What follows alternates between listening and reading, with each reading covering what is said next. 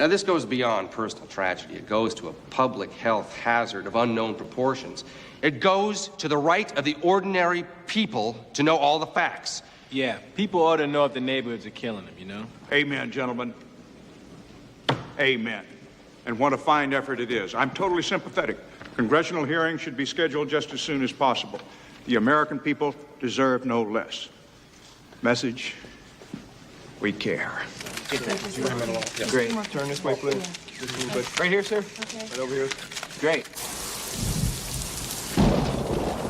Cheers.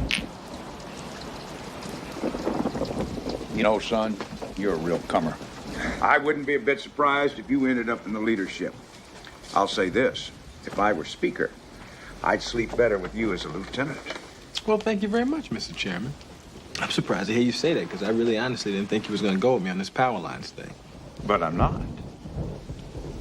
But you said you were sympathetic. Well, of course I did. We're all sympathetic to little girls with cancer. But I'm not sympathetic to holding a public inquiry. Man, you just said... I know what I said, but sound bites aren't sworn testimony. Now look, son, it's great to get your name in the newspaper. Let them know you care. Very smart move, Thomas. But that's as far as I would go with this if I were you.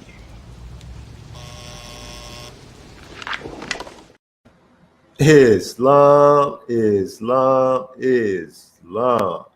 Brother Maurice, Pennington Bay, Paradigm Shift in the podcast, the master student, you know, the master students.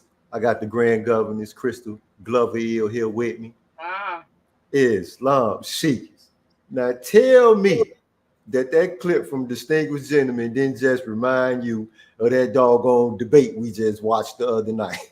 Man, that debate was so ghetto. I was like, hey, these jokers is on there talking about who got the best golf game. woo! I was just like, really? This is what's going on?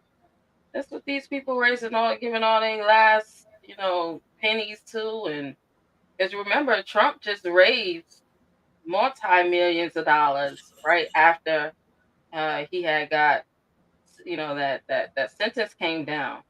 Immediately they raised like almost $50 million, overnight. So when you look at, the whole situation, you're like, wow, this is what it's coming to about a golf game. If I was Trump, I would feel kind of weird even playing golf against a man as the age of Biden. That's just crazy. I mean, Donald Trump, they ain't up but 2-3 years apart. Donald Trump old as dirt too. I think Donald Trump just got sense enough to drink a Monster before he comes to the TV. So he gonna give him an energy drink or something trying to boost his demo.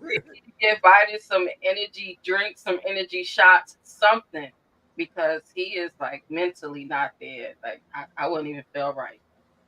You know something, Sheik, is with what you just said about him not mentally being there. The people who actually put these guys in office and give these guys the opportunity to run their lives into the dirt are mentally not there. It gets beyond just ignorance now. It's like this is deep. This is a hole. This is a rabbit hole. This is a rat hole, this is a mole hole, this is some type of deep hole, some type of cavern that the country and the population done fell into. Whereas we are electing somebody like Joe Biden, who is on TV talking about hold up now, we need you to push the button like right now to shoot those missiles down, and we cannot afford for you to be sitting here getting ready to have a stroke while we getting ready to get blown up. Like, this is crazy.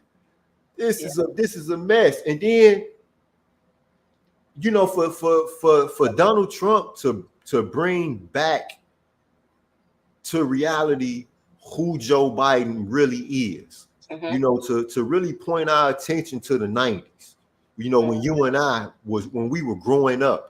And we were out there in the streets, because before we came to the Moore Science Temple of America, we were no different than all of the other young Asiatics right now out there running the streets. And, personally, I was out there running the streets and I was selling drugs and I was gang banging. And unbeknownst to myself, because I wasn't paying attention, but there was this guy, and these other guys and women on TV calling me and my comrades super predators. Right. There were these guys while we were juveniles, but they were trying to figure out how they could lock us up back then, throw away the key, give us life in prison. Right. While we were running the streets, and Donald Trump is like, yo, you the one who was doing that. Mm-hmm.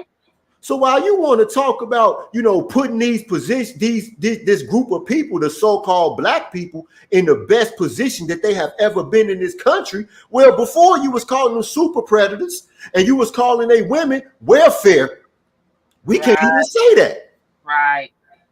But we tend to forget this. We tend to forget it. So now we got this guy, and then we got this guy who I keep on saying it because it's hilarious to me. Donald Trump got 34 felony charges now. Who got a worse record than him? I also remember Donald Trump. Like a lot of us don't remember. Donald Trump, remember, he was really going so hard on the young brothers in the park back in the day. You remember that? Yes, in New York. Yep. The exonerated five is what they call them now. Yep. Mm-hmm. Yep. Yeah. So I mean, both of them have played their part in the injustices on us. Neither one of them, I don't look at either one of them as a Lord and Savior. I don't look at either one of them as, this one is better than that one. At the end of the day, these are both presidents of a business. That's right. So that's how you got to look at it. Who is better for the business deal? Is it Biden or is it Trump? That's right. Under Biden, he's going to bring business and he's going to bring finances for business. He's going to bring that in by war and war tactics. Right. Trump is going to bring it in by bringing more jobs back into the labor force.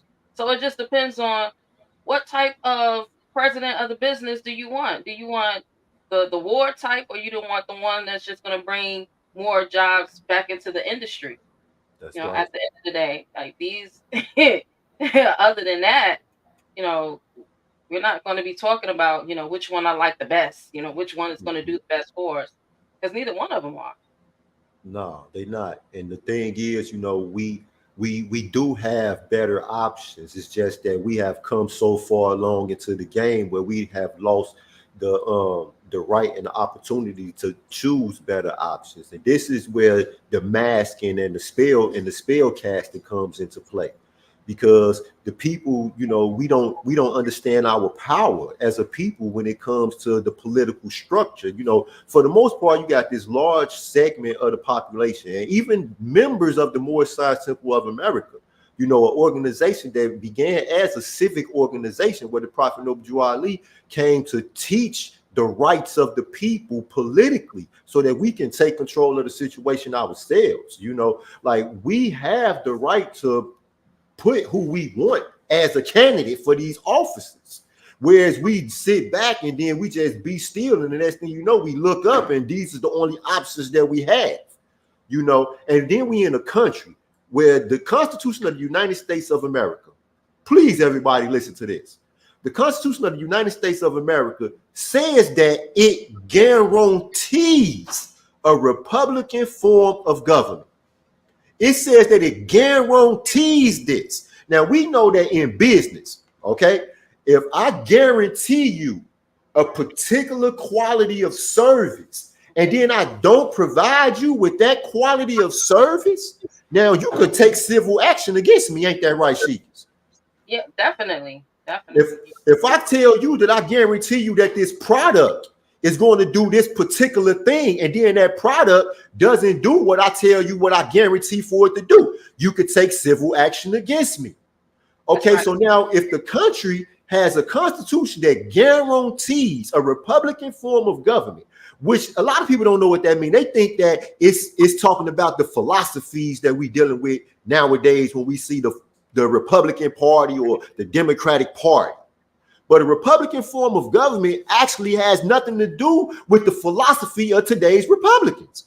All it means simply is that it guarantees that we will have experts, that we will have businessmen and women in our executive branch of the government, that we will have attorneys and lawyers and people who understand law as legislators, that we will have the highest degree, those who have reached the highest level of legal comprehension in our judicial judicial branch of government. Okay, so now we done had a spell cast on the people where the people no longer even recognize the language that's being spoke to them every day. They don't even know what it means. Say, okay, so we got this freaking guy, Donald Trump, who has all these businesses and they have all failed. We had Ronald Reagan, whom we always hear as spoken of his presidency, but he was an actor. According to the Constitution of the United States of America, he didn't even fit the criteria to run for president, right? Because he's not a businessman. So how do you run for president? You're an actor, right? But you know, even when we're looking at guarantee, all right, so we're talking about business because I don't think a lot of times we're taught that the president is supposed to, you know, help us in so many ways, but a lot of things that we're taught that the president is supposed to help us with is outside of the rules and regulations, as well as what the president is supposed to actually do. So we're talking about guarantee, right? It's a financial guarantee. So even going to the definition of the financial guarantee, right? It says, what is a financial guarantee? A financial guarantee is an agreement, an arrangement that guarantees a debt will be repaid to a lender for another party if the borrower defaults. Essentially, a third party acting as a guarantor promises to assume responsibility for a debt should the borrower be unable to keep up on its payment to the creditor. All right.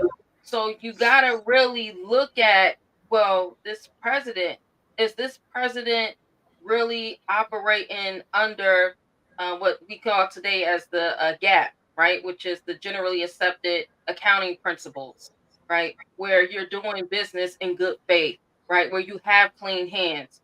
We see on our nationality identification card, we have what's called the hand clasp of unity.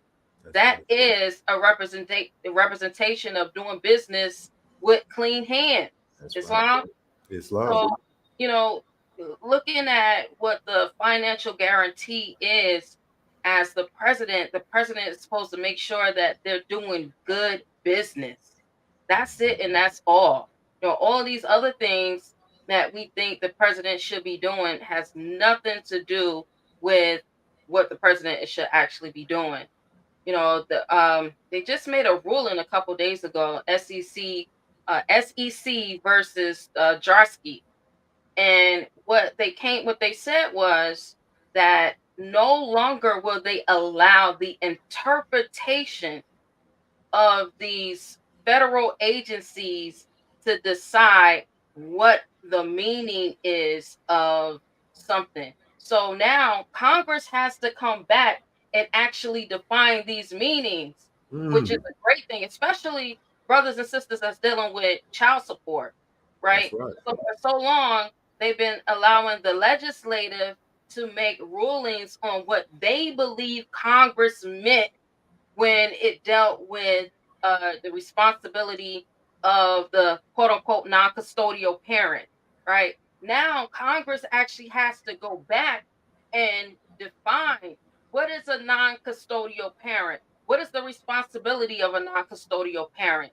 You know, this actually, as this SEC versus Jarsky could have never come in my work.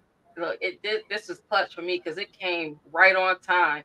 I'm currently lawsuit right now, and man, this right here, this SEC versus Jarsky, you know, so really the president they don't have anything to do with making rules. That's right. Their thing is just doing good or bad business. I am. Islam, Islam. Hey, you know what? That's crazy because I'm right now in my in my English 110 class. I'm writing a paper, and the title of the paper is "The United States Constitution Needs a Facelift."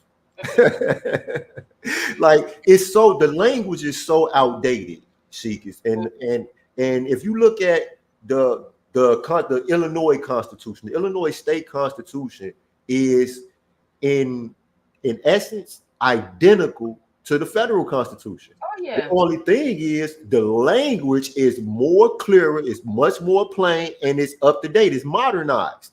Whereas the language of the United States Constitution, it leaves room for this. What did Marcus Garvey say in Message to the People in his lesson of diplomacy? He said that a good diplomat must have a what? A forked tongue. He must always use words that have two meanings so that he can always say, I didn't mean such and such. And the United States Constitution in its present form, that's what it allows. And the bad part about this is this: as Asiatic people in the United States prison system, yo, you got these judges that just, I mean, they just reinterpret the Constitution over and over whenever they see fit. And people are doing years and decades and spending their lives in prison. It was a young kid from India.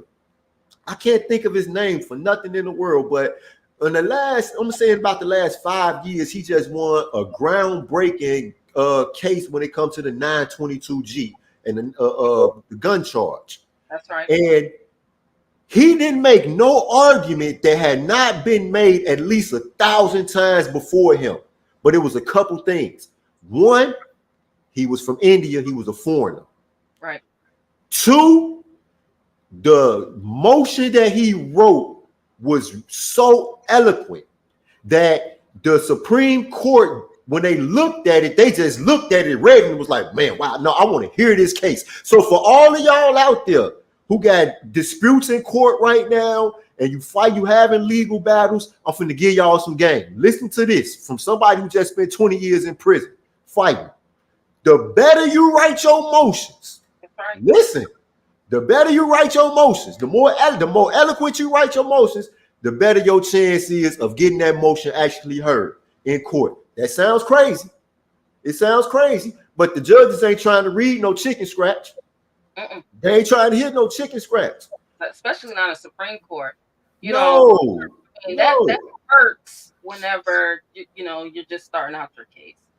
But when you go from level to level, you first and foremost, if you're going from just let's take U.S. District Court. You're in U.S. District Court, and your case gets knocked out. Right now, you're going to appeals. Right.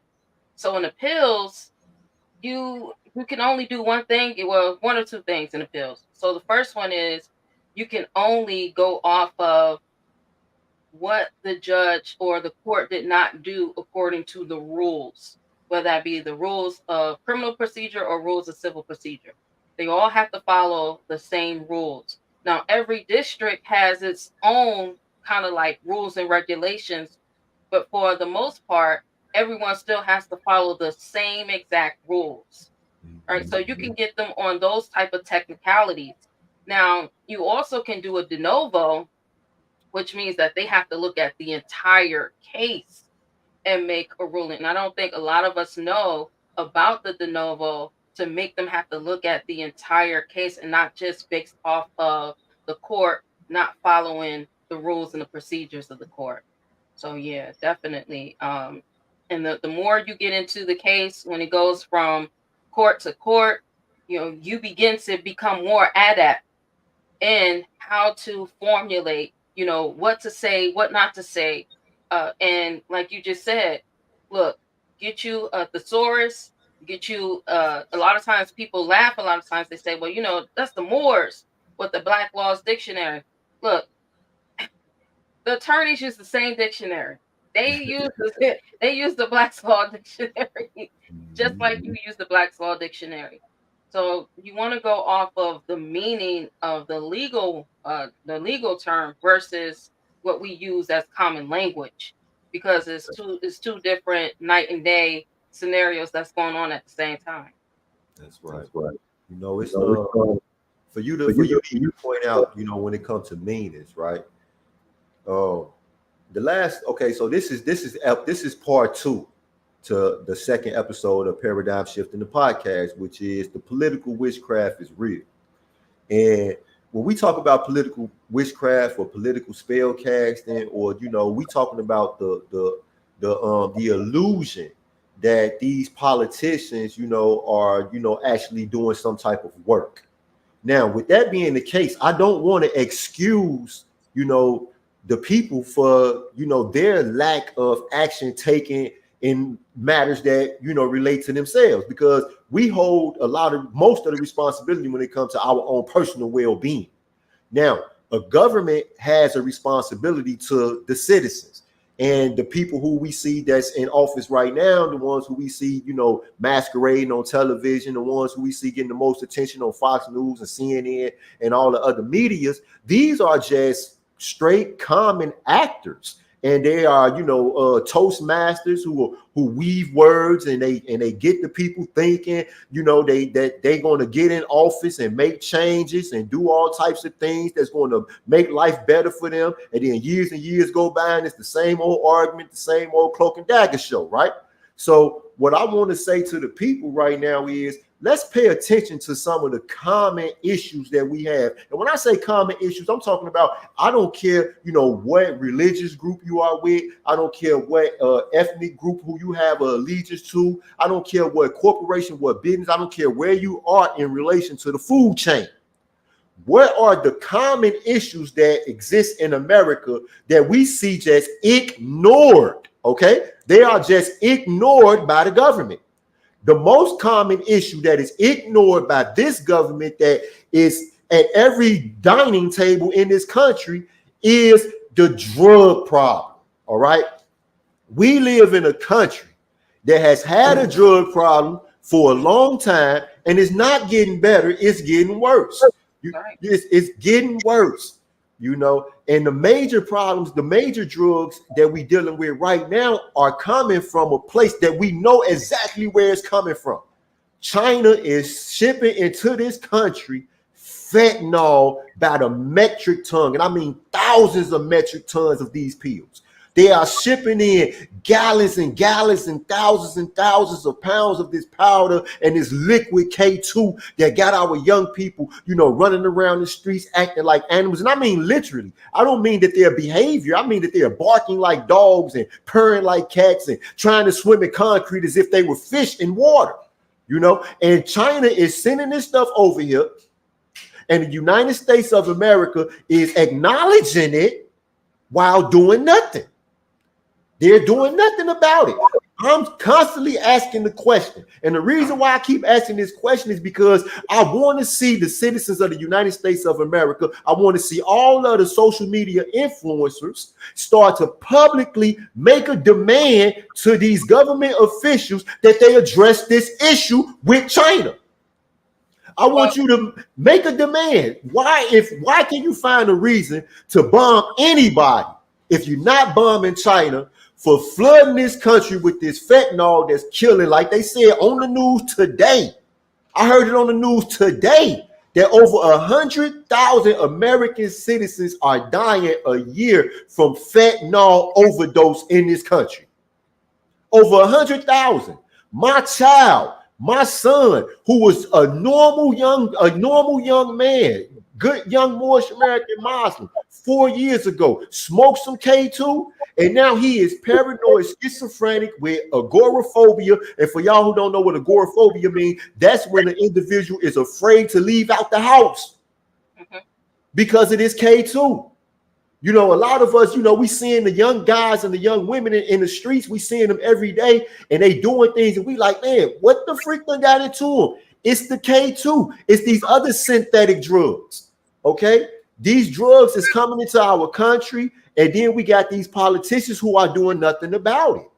And I'm like, this is a common issue. This issue does not know race. It does not know economic status. All it knows is it's like a spirit, like the spirit that Jesus was casting out in the book. All it wants is a host. It does not care who the host is. Okay. We see the president, what's his son? The Hunter Biden. Drug problem. Yeah. He got crack in the White House. Crack in the White House. And guess what? They can't say that Asiatic brought it there.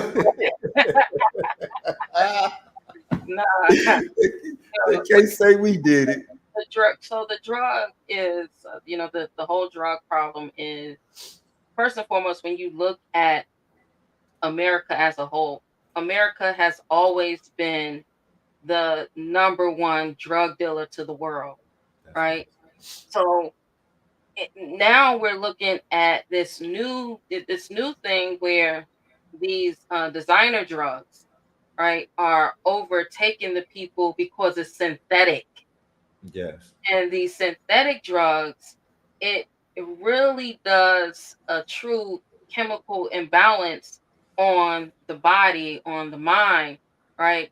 And so when we look at it, we're saying, and a lot of parents, a lot of families, a lot of us have lost someone who has overdosed or is, like you say, you've been affected. Now, so many people have, schizophrenia and manic depression, and bipolar and all these different, developmental disabilities. And, just because of the drug intake and what they've taken in, and no one is doing anything about it.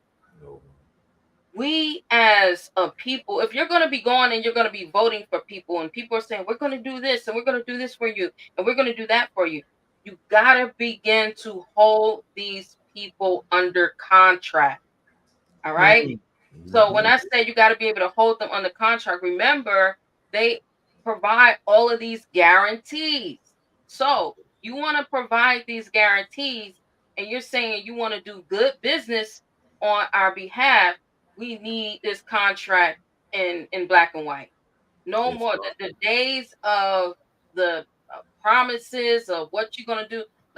We can go and look at Chicago right now, right? Brandon kept telling everybody in Chicago what he was going to do for everyone. I'm going to do this. It was our people who got Brandon put in that place. That's right. And now you look at Brandon. Brandon ain't got time for none of us. Brandon is actually making sure that we get kicked out of the council meetings.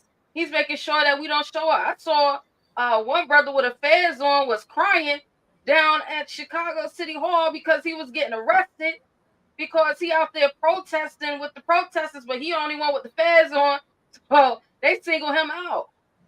So we got to look at it and say, stop allowing these politicians to give you these blanket promises. If you're going to give me a promise, that means that you're giving me a guarantee. If you're going to give me a guarantee, we need it in black and white. We got to stop giving them this authority, because the authority that we're giving them is not helping their constituents at the end of the day. It's just allowing them to get a name for themselves, to get a nice little paycheck, a nice retirement, so that they can pay tuition and pay for their houses and vacations. And that's it. Islam. Hey, listen, you just said a mouthful. Let me tell the people something that y'all probably didn't know, right? When I first was start to wake up, when I started to say, you know what, let me get these scales off of my eyes. Let me demonstrate Jesus on myself, right?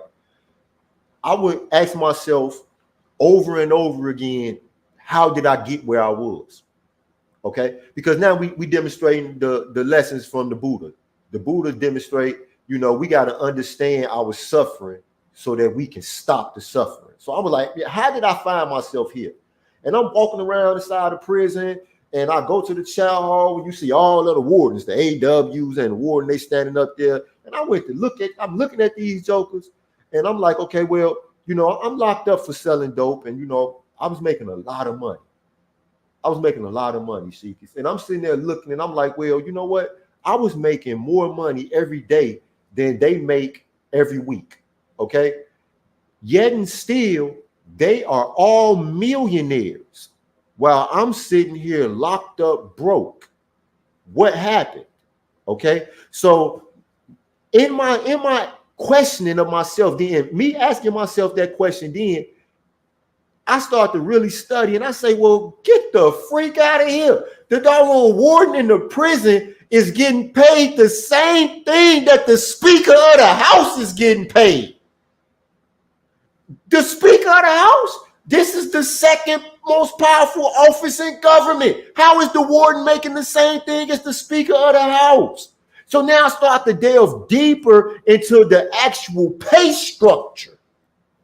Because these people is supposed to be compensated according to their responsibility. Now, this tells you about a warden getting paid the same thing that the Speaker of the House is getting paid. It tells you that to the people whose job it is to decide how much they get paid, that they consider the warden's job to be equally as important as the Speaker of the House. So now I'm saying, why? How is it that this warden's job or duty or responsibility is co-equal to the Speaker of the House? And then you start to look and you say, well, the wardens, these CEOs of these corporations called prisons, okay? Each prison is a corporation, and the warden is the chief executive officer over these corporations. And they employ all of these people who make up a large portion of the middle class of the United States of America. Now, this is one thing that no politician wants to happen while they are in office. This is the one thing that affects, them and their career, and that's the unemployment rate. You always hear them talk about who did what for the middle class. And the reason why is because the middle class does what? They the ones who lend the government the most money. Listen to what I said. They lend the government the most money. In their 401ks, they Roth IRAs, they storing up money in the banks and paying all this exuberant interest on their mortgage loans. And all this is lending the government money. So these wardens, in making sure that people who look like you and I, who they are warehousing for the purpose of employing these individuals. Okay, this is why they're warehousing them. They're warehousing us, our children, our young people, for the purpose of employing these individuals. Okay, and then we look up and we say, you got this guy. I'm gonna go back to him again. You got this Donald Trump guy saying, I did more for the black people, the so-called black people. I signed the First Step Act. Okay, and people look at the First Step Act, and as a prisoner, of course, anything that'll get you up out the joint, you like, yeah, bet, let me get that. Do you understand me? You like, let me get that. But the First Step Act was inevitable. I'm going to tell you why the First Step Act was inevitable. For people who did time, who do decades in prison, the majority of those individuals is not what y'all think it is. You don't just go into prison and see, 95% of the prison population exercising and eating right. That's not the case. The majority of the guys in prison are wasting away. Guys go into the prison young, healthy. Then the next thing you know, they got a bag of medicine this big. Okay? That bag of medicine, it starts to cost too much money. So now when they was first creating these laws, there was to house, and to hold people for 10, 15, 20, 30, 40 years in life, they wasn't considering that they was going to have to start buying this medicine. They wasn't considering the medical care, the psychological, the mental health issues that was going to come about because of these sentences, because of the stress that was placed on these people whose bodies, they just can't digest the idea that I'm fixing to get ready to do decades in jail. It starts to cause disease. Okay, so they had to get these guys out, or else their institution will no longer be producing money because it's costing too much. All right, but I want to show the people a clip, because I just kind of, I don't want to get away from the issue that we all share, which is the drug problem. I don't want to get away from that. So I want to demonstrate that prior to the so-called war on drugs, there was no drug problem in the United States of America. So the war on drugs was actually the same thing as as a doctor who creates patients. So I want to introduce y'all to the guy who started the war on drugs, this Harry Anslinger guy. The most influential man no one's ever heard of is a guy called Harry Anslinger. He took over the Department of Prohibition just as alcohol prohibition is ending. He was a government bureaucrat. And he's got this big department full of corrupt agents with nothing really to do. And he invented the modern drug war to keep this department in business. And he was really driven by two really strong hatreds, a hatred of addicts and a hatred of African Americans. And the story you referred to is a story right from his start. When he's 10, or I think it might be 11, he grew up in a place called Altoona in Pennsylvania, rural Pennsylvania, and when drugs were legal. And near where he lived, there was a farmer whose wife was an addict. And one day he went there, and the wife was in a state of distress. She was screaming, and the farmer said, take the horse and cart, go as quick as you can to the pharmacy, buy her some opiates. So he didn't really understand what that meant, but he goes there as quick as he can. He goes in, he buys it, he comes back, he gives it to the wife, he gives the drugs to the wife, she takes them, she recovers. But he remembered this as a profoundly traumatic experience. And I think in a way he was like chasing that scream across the world. He was determined from that point on to physically eradicate these drugs from the world. The tragedy of Harry Anslinger is he created a lot more screams in his turn. Okay, I want to keep talking about him, but I just want to pick up on something you just said. Before, the turn of the century, turn of the 20th century, drugs are flowing freely. There's no rules, there's no war on drugs, there's no laws about them. They're just flowing freely. It's really hard to reconstruct if you want. So see, the Harry Anslinger guy, was the head of the first federal drug enforcement agency, right? So this guy's job at the time was actually to make sure that doctors was not prescribing too much medicine or over medicating patients and stuff, because selling medicine was a way that dirty doctors was supplement their income. So that's why this guy actually got his job. And he only had initially like 2 or maybe 3 employees in that department, because they was, just to look after, check and make sure that the doctors were following the governmental regulations when it came to the practice of medicine. But what happened was he realized, like, man, you know what? I'm not going to be able to feed my family soon, because this agency might actually get shut down. They might actually say, hey, well, we don't need you. So in order for him to, to create a need for the Drug Enforcement Agency, he had to create a drug problem. He had to create a war on drugs. So with drugs flowing freely and everybody using drugs and it's not being an issue, it was like, well, how can I convince the people in power that there is a need for an agency to actually go out and stop people from selling drugs and using drugs? And, how do I do this? Where he had to attack something that was already under attack, and he had to, exaggerate a hatred that already existed, which was the hatred of Asiatic people in the United States of America, the fear of Asiatic people in the United States of America. One of the major arguments that he posed, and this guy, he didn't just speak to Congress, he went to the UN, and he actually convinced the United Nations and all of the nations that was a part of the United Nations to start a war on drugs in all of their countries. And he did this by saying that, the drugs made the European women love the Asiatic man. It made the Asiatic men impossible to stop by the police. He was the first creator of the super predator that Joe Biden them came later on talking about. He the one who gave them this type of language. He the one who laid out the blueprint for this type of approach and this type of, approach to politics. All right. Was this Harry Anslinger guy.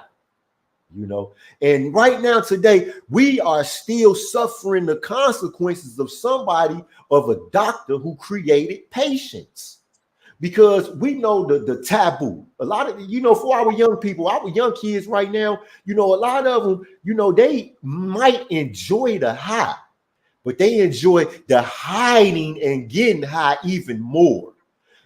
One thing about psychology and drugs that psychologists know as a fact: less than 20% of the drug addicts in the world are actually addicted to the chemical effect of the drug. Less than 20%. The most people who use drugs are utilizing the drug as a coping mechanism, a way to deal with a separate issue, which is in most cases a trauma that they have experienced at some point in their life that they do not know how to process. You understand me? And these are things that everybody in government know. Everybody know. The government, they got psychologists who advise them. They got economists who advise them. They have lawyers who advise them. They have the real experts behind the scenes who advise the actors. But the actors have been given power to say, well, you know what? That's not going to get me reelected, so I'm not going to address it. Even to the veggie back or camelback off of what you're saying, right? So he got a lot of his lessons and expertise from Darwin and Charles Darwin's cousin, right? Francis Galton, who they call the father of eugenics, right? Yes. And then Galton's student, Melvin Hershkovitz, right? And then his student, Franz Boas, right? And then later on, Franz Boas, he got a little bit of, he got some of us to even help to further, I'm going to tell y'all how deep it is, to further the agenda of eugenics and the hurt and harm and the war on us as a people. Because what they did was Franz Boas, he went and he got Zora Neale Hurston, right? So he got Zora Neale Hurston, and who was a part of the Federal Writers Project. Remember, during the Great Depression, it was nothing for the artists, the writers to do. So what they did was to put them in the workforce. They said, we're going to create the Federal Writers Project. And they created a lot of lies, and a lot of things about, us that wasn't true. Now, Melvin Hershkovitz and Zora Neale Hurston, you also have them coming back where, later on you have your Dr. John Henry Clark, who's right there at Columbia University, that's getting the same exact, studies, but now is, we got to go back to Africa, and we got to love Africa, and there's nothing wrong with the continent of Africa, but, even the people that come from the continent of Africa, they don't call themselves Africans. They call themselves by the name of their nations. That's right. Islam.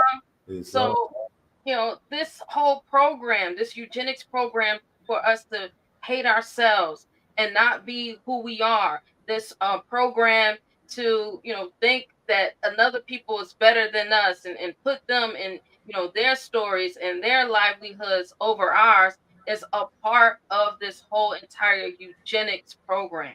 Yes. You know something? When I was first coming into the knowledge of self, that first year, the first year I joined the Moorish Science Temple of America, right?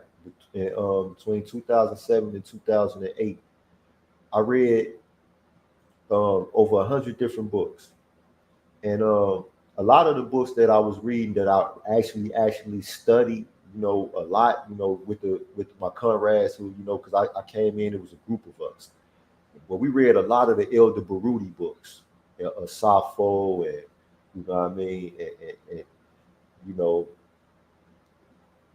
Baruti used to be a professor at Morehouse, right? Baruti said to the staff, the administration there at Morehouse, he said, one day there are going to be students walking around this campus in high heels and carrying purses. And they fired him.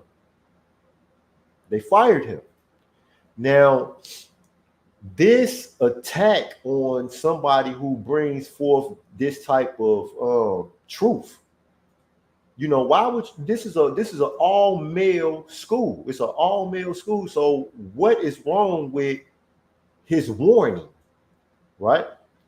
Well, it goes to politics. This group of people, and you know, with all love to everybody, I'm just pointing out the political witchcraft. This group of people at that time were amassing the power that we see them wield today. All right, because there's power in unity, and they unify, and they have amassed a great deal of power. Well, they were coming into that power at the time, so it was not politically healthy. It was not politically healthy for them to have a professor in their institution talk like this. Truth or falsehood. It was not politically healthy.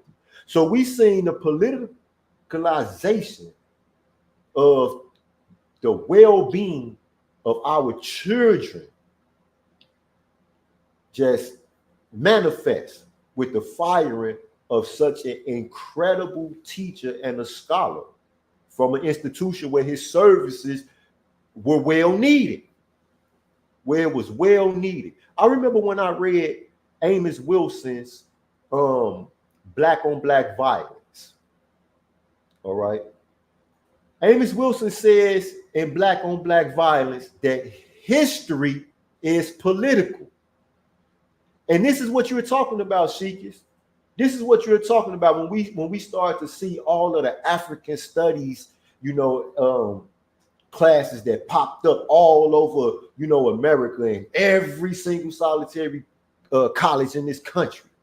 African study classes, Egyptology, and all these things, you know, this directing of our attention and our search for ourselves and all of these lost places and all of these scattered places. I mean, you know, we just did a podcast, you know, We Are the Atlanteans. That was episode 1, Paradigm Shift in the Podcast. We Are the Atlanteans. And that podcast came about because I wanted to bring, you know, to the attention of the Asiatic people that when we are searching for the founders of civilization, we are searching for the creators of the sciences that we see manifest all of the things that provide us with a comfortable opportunity to live and to do our work today. When we look for the inventors of that science, all you got to do is look in the mirror.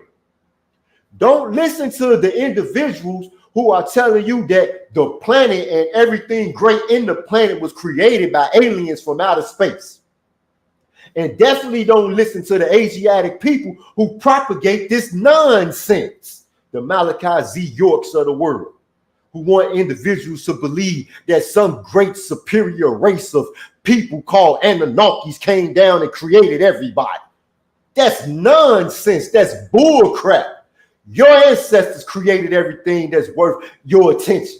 Everything worthy of your study was created by people who look just like you, people whose DNA is the same as your DNA, people whose blood right now pumps through your veins. You understand me? So you want to talk about, you know, the Atlanteans, a lost race of superior intellectual beings. That's you, man. That's you. And the only thing lost is the knowledge of self that it would take to go inside and to unlock this intelligence and then to utilize it today for yourself. The Grand Sheik of the Moorish Science Temple of America, Temple number 2, Sheikh E. Rice Bey, today, just today, he was talking about this in Sunday school. He spoke about this, you know. He spoke about ones not knowing the truth about man. What the truth is about man is that God has put inside of man his own spirit. And every attribute of God is within you. It's in your blood. The Bible says that the spirit is in the blood. So your heart is pumping this blood throughout your entire being. So any intelligence that you seek is there to be found. The Bible and the Quran. The Bible says that God said, let us make man in our image and after our own likeness. And he gave man dominion. The Quran says that Allah says to the angels and the jinn that he is going to place a vicegerent in the earth. The Holy Quran of the Moorish Temple of America says that the human seed that came forth from the heart of Allah was foreordained to be the Lord of the plane of soul and of the plane of things made manifest. Listen, it didn't say that an alien from outer space had dominion. Allah didn't say that he was giving the Anunnaki, he was making them vicegerent. The Quran didn't say that some alien from outer space or some people that's lost out in the middle of the ocean somewhere had the authority over the plane of soul and the plane of things made manifest. In all of these scriptures, Allah said he gave you that power. So when you got these individuals who've been paid, these individuals who've been brought here just to teach you different, just to redirect your attention to something outside of yourself, know that they are your enemy and they casting a spell on you. And today, these ones who we look at and who we think are the real movers and the shakers and the shifters of the paradigms for real, no, man, they actors, political spell casters, warlocks and witches. And they using microphones and cameras as magic wands. But we got microphones and we got cameras and we got individuals who know how to work these things, like the brother who's sitting over there right now hosting this demonstration. I mean, working, he doing his thing too. And he just let me do what I do good. And that's what I do. I talk. I communicate information. I process scripture and I minister to the people. Morris Master student, brother Maurice Pennington Bay. I got one more thing I want to share with y'all. I want y'all to understand this racist joker, Harry Anslinger. I want Anslinger, whatever the freak y'all call that chump. I want y'all to check this clip out. So let me bring Anslinger into this, because what evidence did he have then that drug use is going to cause social problems? You say before this there wasn't really a lot of evidence of that on the ground. It's such an important question, because actually, if you'd said to me why were drugs banned, right? I would have assumed it would be because it caused social problems, because they were worried that kids would use drugs, or they're worried about addiction. Actually, that's a really minor part of the debate. When I went and looked through his archives and read everything from the time that I could find from the time, it was overwhelmingly a completely different cause that we don't think about now, although it's still very relevant to the drug war. It was founded in a race panic. Harry Anslinger and a huge number of people at the time were convinced African Americans and Chinese Americans were using drugs, forgetting their place and attacking white people. You read the stuff at the time and it is shocking. The official statements like, the cocaine N-word sure is hard to kill. This belief, of course we know that African Americans were angry because they were being treated appallingly. And the way I tell the story in the book mainly is through the story of how Harry Anslinger stalked and helped to kill Billie Holiday. Story that blew me away when I found out, and I went and interviewed a lot of her friends and tracked down whoever I could find. That in 1939, Billie Holiday stands on stage in New York City and she sings the song Strange Fruit, which a lot of people watching will know is a song against lynching. Her goddaughter Lorraine Feather said to me, you've got to understand how shocking it is to have an African-American woman standing up in front of a white audience singing a song about lynching. Billie Holiday wasn't even allowed to walk through the front door of that hotel. She had to go through the service elevator. And that night, according to her biographer Julia Blackburn, Harry Anslinger's agents say to Billie Holiday, stop singing this song. Go ahead. Because she was on drugs, right? She was a heroin addict. She had grown up in Baltimore when it was a segregated city and she wasn't allowed in a lot of places. And she had promised herself she was never going to bow her head to any white man. And the Federal Bureau of Narcotics is very interesting. Around the time that Harry Anslinger finds out Billie Holiday is a heroin addict, he finds out Judy Garland is a heroin addict, Dorothy from The Wizard of Oz. He tells her to take slightly longer vacations and tells her she's going to be fine. Billie Holiday gets treated very differently. Harry Anslinger hated employing African Americans, but you couldn't really send a white guy into Harlem to stalk Billie Holiday. It'd be kind of obvious. So he employs an African American agent called Jimmy Fletcher, who follows her around for 2 years, stalks her everywhere. Actually, Billie Holiday was so amazing, he fell in love with her. And his whole life, he felt ashamed of what he did. He busts her. She's put on trial. She said the trial was called the United States versus Billie Holiday, and that's how it felt. She's sent to prison. When she gets out, this is the most awful part, there's very few places she can perform because you needed a cabaret performer's license to perform anywhere where alcohol was served, and Anslinger makes sure she doesn't get it. Her friend Yolanda Bavan said to me, what is the cruelest thing you can do to a person? It's to take away the thing they love. Billie Holiday can't sing. You know, she can find very few places. She relapses on addiction. When she's in her early 40s, she collapses. And she's taken to a hospital in New York and they turn her away because she's an addict. She's taken to another hospital. She's convinced that Anslinger's men aren't finished with her. She says to one of her friends, they're going to kill me in there. Don't let them, they're going to kill me. She's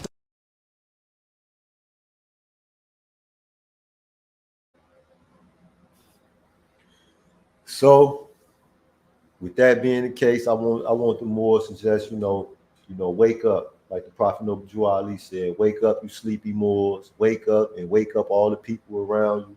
You know what I mean? Start to shake them. Start to shake them, and then, the shaking comes with communicating the truth.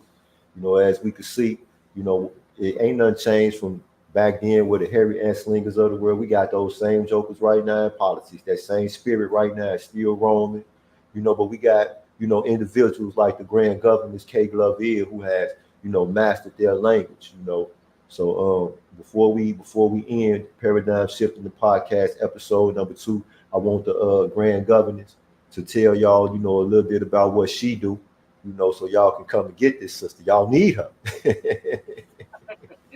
Indeed, definitely. So I am one of those who came in on the vibratory rate of I wanted to save the world, and that's exactly what I did. Assist in doing my part in saving the world. So you can definitely reach out to me, 844-726-3936, or you can go to our website, and that is amexumentllc.com. Again, that is amexumentllc.com. You can reach out to us, and we'll be able to assist you in pretty much any way that we can. I yield. Islam, Islam, Islam. Maurice Pennington Bay, Moorish Master Student, author of Awakening the Sleeping Giant. As y'all can see, 25% of all profits from made from that book go to St. Jude, because I just believe that what those people do over there at St. Jude is amazing. I don't know if some of y'all probably haven't really thought about it, but just consider you are a parent. Consider you are a parent and your child has cancer. And we don't really understand, because we are not going through that. But if your child has cancer, the one thing that your child needs more than anything else is your child needs you. So the cancer treatment is very, very expensive. It's very expensive. So now you need to go to work. You need to make money to be able to help your child. And St. Jude, they save people from going through that. Like they provide all of this health care, for free, and they allow for these parents to actually be there with their child, which is just as important as the treatment for the child. So when I first became aware of St. Jude, they just touched me in such a way where I was sitting inside of the dismal crypt and I was trying to figure out, like, how can I help? How can I contribute to what they're doing? So right now in the position that I'm in, the best way that I can contribute to helping them is by, giving 25% of all proceeds that come from the sale of my book, so if you want to help St. Jude, one of the ways you can help St. Jude, go out and copy the book. On top of copying the book for that purpose is very, very dope. Yeah, like my Grand Governors, I am dope. I'm Maurice Pennington Bay. I'm the master student. This Paradigm Shifting the Podcast. Y'all know we out of here. So check out the outro. I'm gone.